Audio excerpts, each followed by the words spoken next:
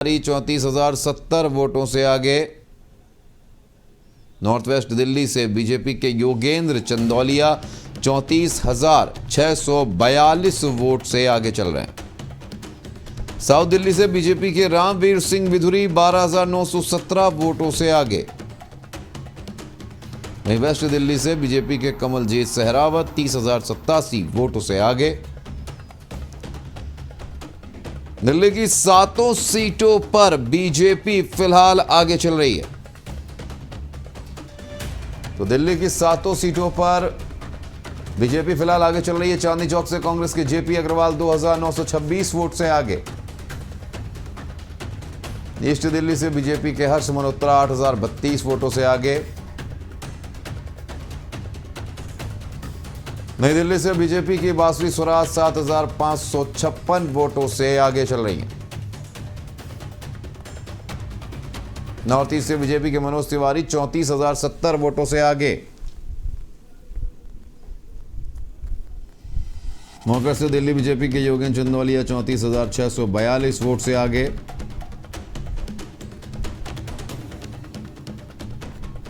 South Delhi से BJP के रामवीर सिंह विधुरी 12,917 वोटों से आगे।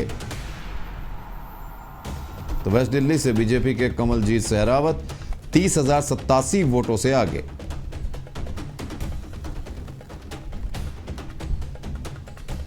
दिल्ली की 7 सीटों पर बीजेपी फिलहाल आगे चल रही है।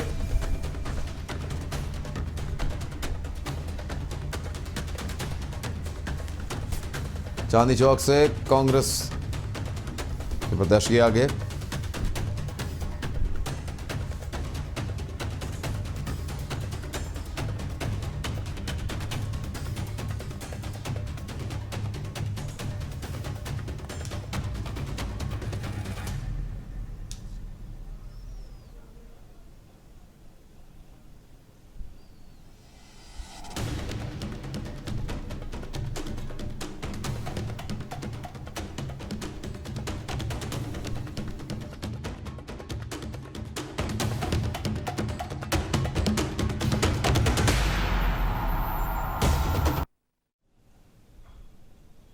तो लगातार अब आपको रुझान बताते जा रहे हैं 543 सीटों का, जहां पर एनडीए को 292 सीटों पर और इंडिया गठबंधन को 228 सीटों पर इस समय बढ़त मिली हुई है। लेकिन इस बीच आपको बता देते हैं, शिवसेना यूबीटी के नेता संजय राउत का बयान सामने आया महाराष्ट्र से। आइए आपको सुनवा देते हैं क्या कुछ कहा। प्रधानमंत्री अगर पीछे चल रहे थे कुछ समय तक,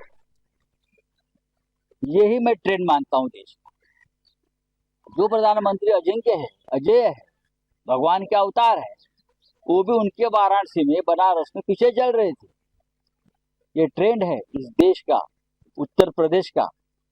पूरे देश में जिस तरह से आंकड़े आ रहे हैं, या ट्रेंड दिख रहा है, मुझे लगता है देश में परिवर्तन होने जा रहा है। 4 बजे के बाद मैं बात करूंगा।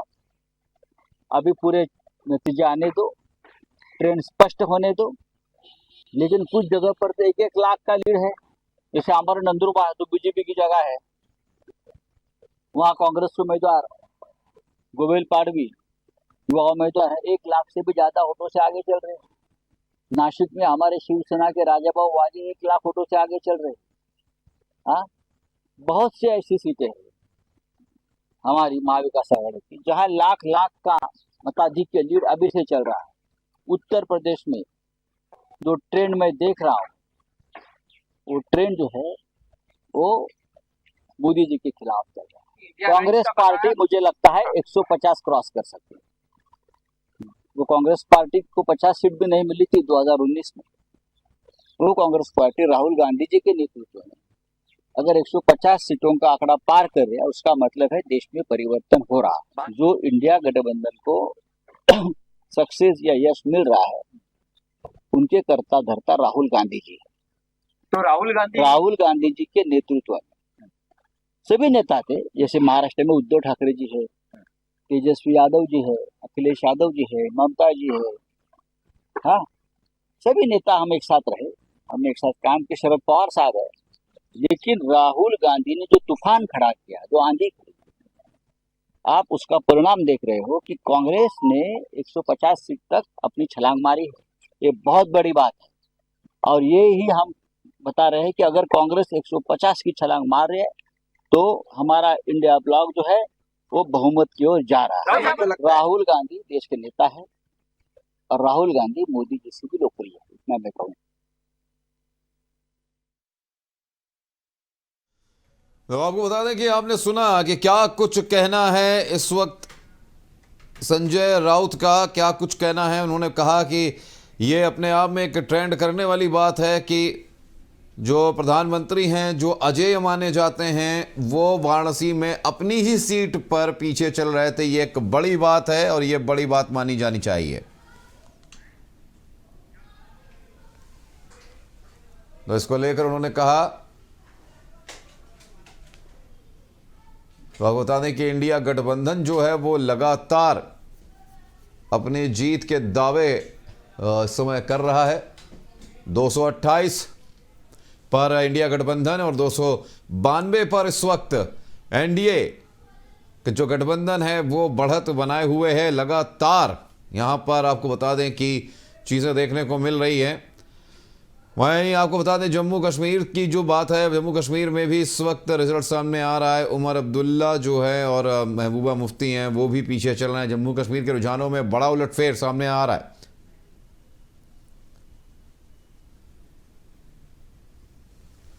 तो आपको बता दें कि लगातार चीज़ें सामने आ रही हैं और इंडिया गठबंधन जो है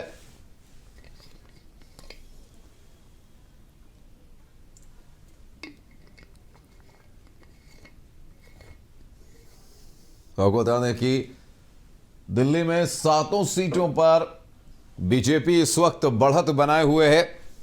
आज 543 सीटों के ये रुझान अभी तक सामने आ रहे हैं। तो किसकी बनेगी सरकार, ये देखने वाली बात होगी। तो 543 सीटों के ये रुझान, एनडीए गठबंधन को 292 सीटों पर बढ़त, तो वहीं इंडिया गठबंधन को 228 सीटों पर बढ़त।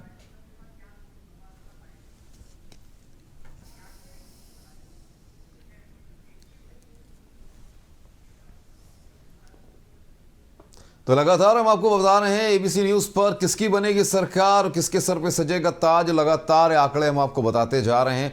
इस बीच ग्राउंड जीरो पर हमारे साथ जो संवाददाता इस वक्त हमारे साथ जुड़ रहे हैं उनसे हम बातचीत करेंगे। बदायूं से हमारे साथ जुड़ रहे हैं संवाददाता, हमारे साथ इसमें ज्ञान सिंह जुड़ रहे हैं। ज्ञान, बदायूं की क्या स्थिति है इस वक्त, क्योंकि मतगणना हर जगह जारी है?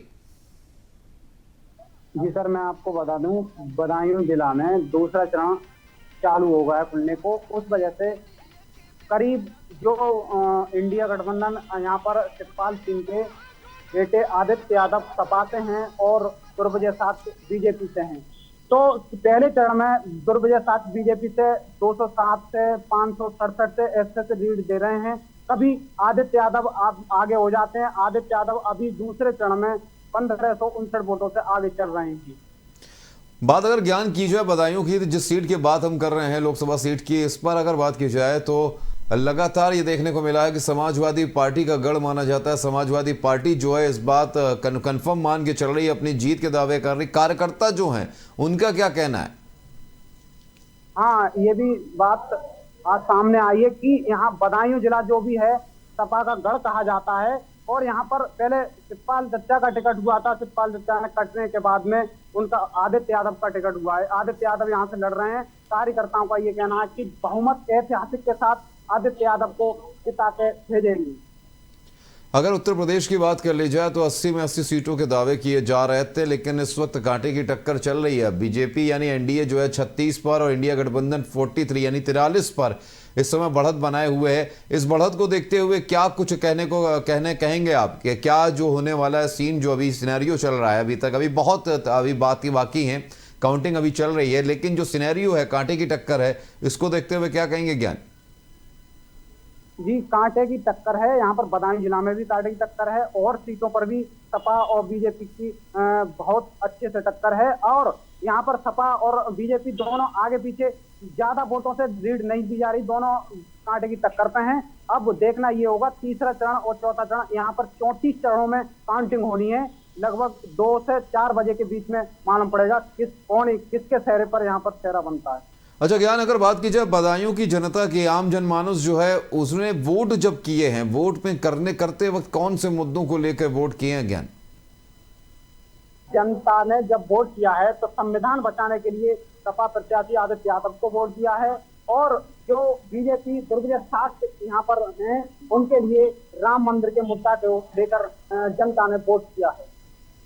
फिलहाल अगर बात की जाए जो समीकरण है, जाति समीकरणों की अगर बात की जाए बदायूं की, तो जाति समीकरणों को देखते हुए ज्ञान आपको क्या लगता है? क्योंकि इस बार अगर वोटिंग परसेंटेज की बात की जाए तो ज्ञान वोटिंग परसेंटेज भी देखा जाए उत्तर प्रदेश में भी बहुत कम देखने को मिला है, कई जगह पे अलग अलग चरणों में कम वोटिंग देखने को मिली है। बदायूं का क्या हाल रहा?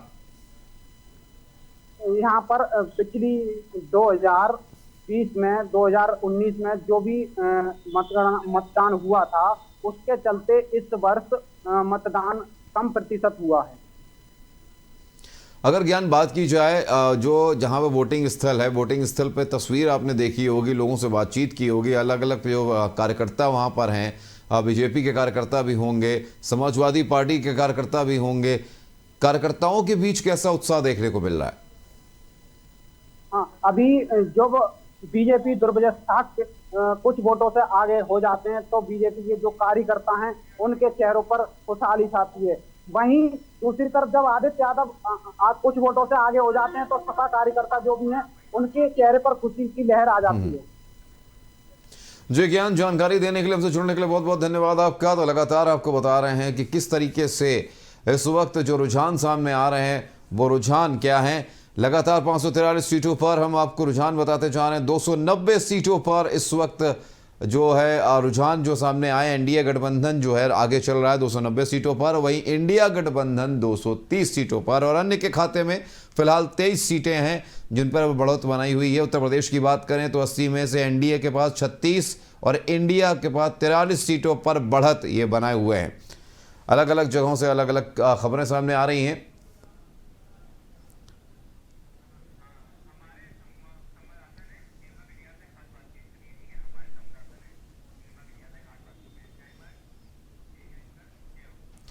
बता दें कि आंकड़ों का खेल लगातार जारी है, रुझान सामने आते जा रहे हैं, बढ़ोतरी में और कांटे की टक्कर भी लगातार जारी है। तस्वीर साफ होगी, लेकिन इसी बीच जो नेता हैं, जो राजनीतिक दल के नेता हैं, उनसे भी हमारे संवाददाताओं ने बात की। तो आइए आपको सुनाते हैं कि हमारे संवाददाता ने जब बीजेपी विधायक नीलिमा कटियार से बात की तो उनका क्या कुछ कहना है। कानपुर में भारतीय जनता पार्टी अकबरपुर और शहर की सीट पर लगातार बढ़त बढ़ाए हुए है। इस वक्त हमारे साथ भारतीय जनता पार्टी की विधायक नीलिमा कटियार जी मौजूद हैं। इनसे बात करेंगे और जानेंगे जिस तरह से एग्जिट पोल की बात की जा रही थी, जिस तरह से समाजवादी पार्टी जो है वो अपने जो बता रही थी कि ईवीएम की गिनती के बाद बढ़त हासिल होगी, तो इस पर इनका क्या प्रतिक्रिया है, क्या कहेंगी विधायक जी, जिस तरह से दोनों सीटों पर भारतीय जनता पार्टी के प्रत्याशी जो हैं लगातार लीड कर रहे हैं? देखिए, कानपुर नगर और अकबरपुर लोकसभा के जनता जनार्दन ने, सम्मानित मतदाताओं ने भारत की विकास की डोर के साथ अपने आप को जोड़े रखा है। और मैं आपके चैनल के माध्यम से सम्मानित सभी मतदाताओं का बहुत बहुत हृदय से धन्यवाद कह रही हूँ, और सभी सम्मानित हमारे कार्यकर्ताओं का, जिनके अथक परिश्रम और प्रयास के फलस्वरूप ये कानपुर और अकबरपुर जो लोकसभाएं दोनों हैं, उनका परिणाम जो आ रहा है वो सकारात्मक भारतीय जनता पार्टी के लिए आ रहा है। देखिए, अभी भी समाजवादी पार्टी के जो प्रत्याशी हैं, वो कार्यकर्ता हैं, वो अभी भी कह रहे हैं कि गिनती आगे राउंड में जिस तरह से लगातार ऊपर नीचे जा रहा है आंकड़ा वोटों का, उसमें उनकी जीत दर्ज होने वाली है। क्या कहें? देखिए, वो अब ऊपर नीचे ना बोले, वो नीचे ही नीचे हैं और नीचे ही नीचे रहेंगे। जैसे जैसे समय और आगे बढ़ेगा वो और नीचे नीचे जाएंगे। तो हमारे साथ बीजेपी विधायक नीलिमा कटियार थी, जिन्होंने साफ तौर पर बताया कि अब आंकड़ों में जो ऊपर नीचे हो रहे थे उसको देखने की ज़रूरत नहीं है, क्योंकि साफ तौर पर जो कहा जा रहा था कि बीजेपी जो है वो 400 पार करेगी, वो साफ तौर पर अब बीजेपी 400 पार करने वाली है, ऐसा भारतीय जनता पार्टी की विधायक नीलिमा कटियार का कहना है।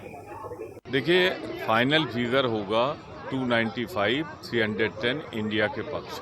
ये बता, यूपी से जनाधार पूरी तरह खो चुकी है भारतीय जनता पार्टी। अमेठी में लाखों में गिनना है और रायबरेली में और अमेठी में लाख के करीब। देखिए, ये तो पहले से तय था कि हमारी सरकार बनेगी, और हम लोग कह रहे हैं कि 400 पार, निश्चित तौर पर हम 400 पार आएंगे।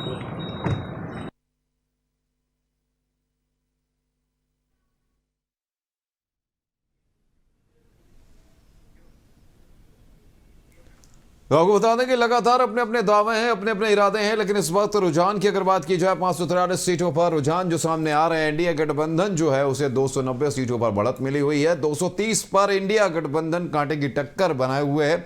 उत्तर प्रदेश की अगर बात की जाए 80 लोकसभा सीटों पर लगातार नजर बनी हुई है, 36 एनडीए के पास, और बात की जाए 41 जो है वो इस वक्त बात की जाए तो इस समय इंडिया गठबंधन के पास। वहीं राजस्थान की बात करें तो राजस्थान में बीजेपी के पास 14 सीटों पर बढ़त है और इंडिया के गठबंधन के पास 11 सीटों पर बढ़त है।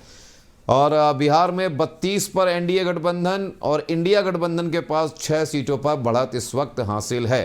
तो लगातार तस्वीरें जो हैं जगह जगह से जो आ रही हैं, कांटे की टक्कर हर सीट पर मौजूद है। अभी तक तस्वीर साफ नहीं है, लेकिन शाम तक ये तस्वीर साफ हो जाएगी कि किसके वादों में कितनी धार थी और किसके इरादों में कितनी धार थी, यानी कि किसके मैनिफेस्टो में धार थी और कौन करेगा 400 पार, किसके सर पे सजेगा ताज।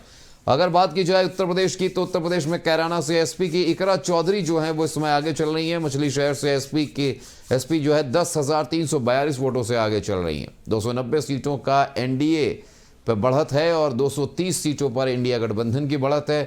23 सीटों पर अदर्स यानी कि अन्य जो दल हैं या जो अन्य पार्टियां हैं उनकी बढ़त है। तो अगर बात की जाए अलग अलग जगहों की तो दिल्ली की 7 सीटों पर बीजेपी समक्ष बढ़त बनाए हुए 7 सीटों पर बीजेपी के पास बढ़त है। पंजाब में स्थिति थोड़ी सी बिगड़ी हुई है। छत्तीसगढ़ में बीजेपी 10 सीटों पर बढ़त बनाए है, कांग्रेस 1 सीट पर। उत्तराखंड में बीजेपी 5 सीटों पर बढ़त बनाए। वहीं उड़ीसा में 21 सीटों में बीजेपी 18 पर और इंडिया गठबंधन 1 सीट पर बढ़त बनाए हुए है।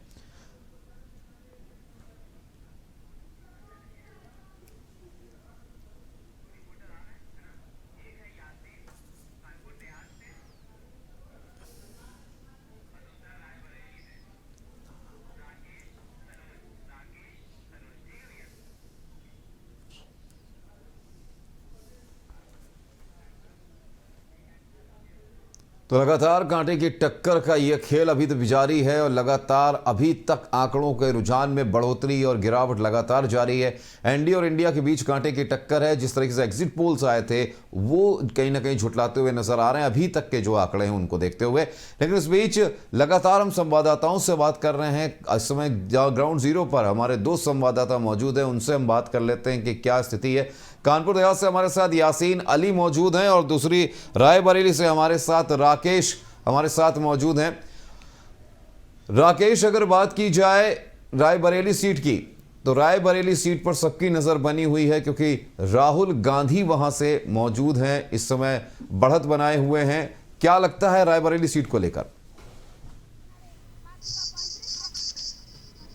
जी मैं बता दूं रायबरेली में कांग्रेस लगभग 1,10,000 वोटों से आगे चल रही है और कहीं न कहीं जनता का भी साथ काफी रहा है। और देखा जाए तो जो अपोजिट पार्टी के प्रत्याशी हैं बीजेपी पार्टी के दिनेश प्रताप सिंह ने फेसबुक पर अपनी हार मान ली है और उन्होंने कहा है कि जो है जनता सर्वोपरि है, अपना काम कर सकते हैं। इसी तौर पे जो है अपना राकेश, अगर बात की जाए जिस तरीके से रायबरेली सीट सोनिया गांधी ने छोड़ी थी और उसके बाद जब जिस तरीके से मार्मिक एक खत सामने आया था रायबरेली की जनता के लिए, तो क्या आप मान के चल रहे हैं जनता जो है जनता ने उनकी जो अपील थी उसको मान लिया है? बिल्कुल कहना चाहेंगे कि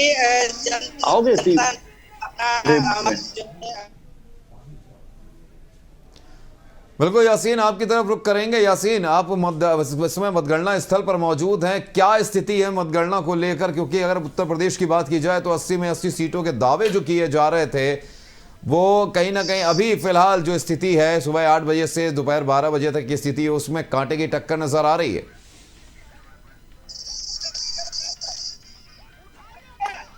यासीन, आपकी आवाज नहीं आ रही, अनम्यूट कर लें।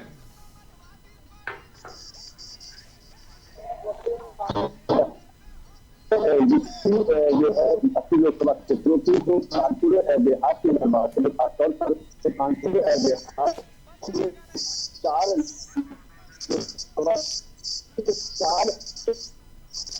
जी यासीन, जानकारी के लिए बहुत बहुत शुक्रिया, हमसे जुड़ने के लिए बहुत बहुत धन्यवाद। तो लगातार आपको बता दें कि 543 सीटों पर जंग अभी जारी है, यानी कि शाम तक तस्वीर साफ हो पाएगी किसके हक में बनेगी सरकार, किसके सर पे सजेगा ताज। यानी कि अभी तक जो स्थिति है उसमें एनडीए गठबंधन जो है उसके पास 290 सीटों पर बढ़त है और वहीं इंडिया गठबंधन के पास 230 सीटों की बढ़त है और 23 पर अन्य को बढ़त मिली हुई है।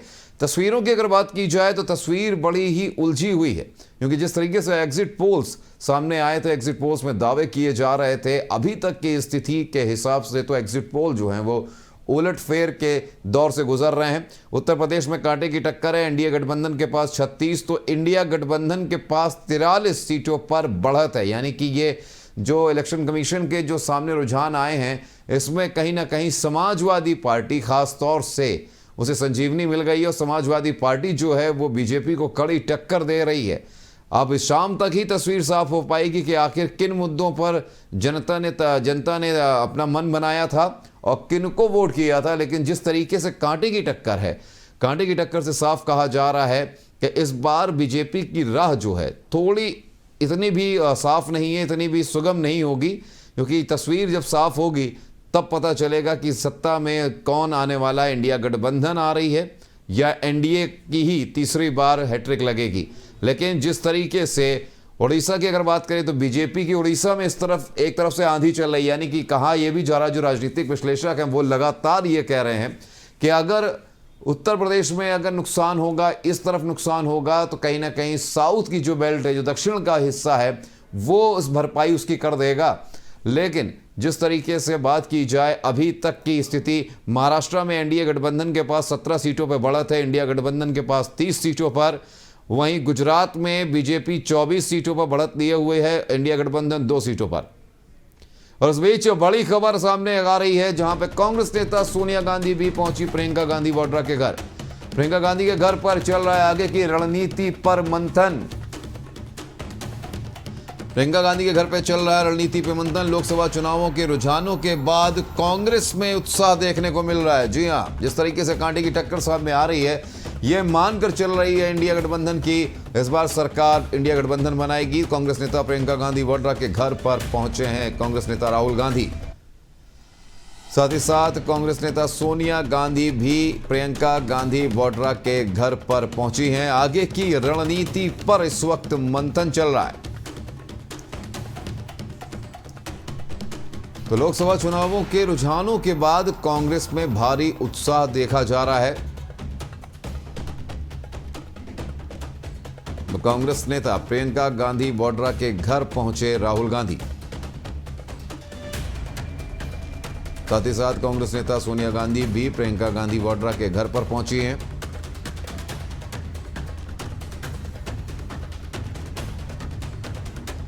तो प्रियंका गांधी के घर पर चल रहा है आगे का मंथन।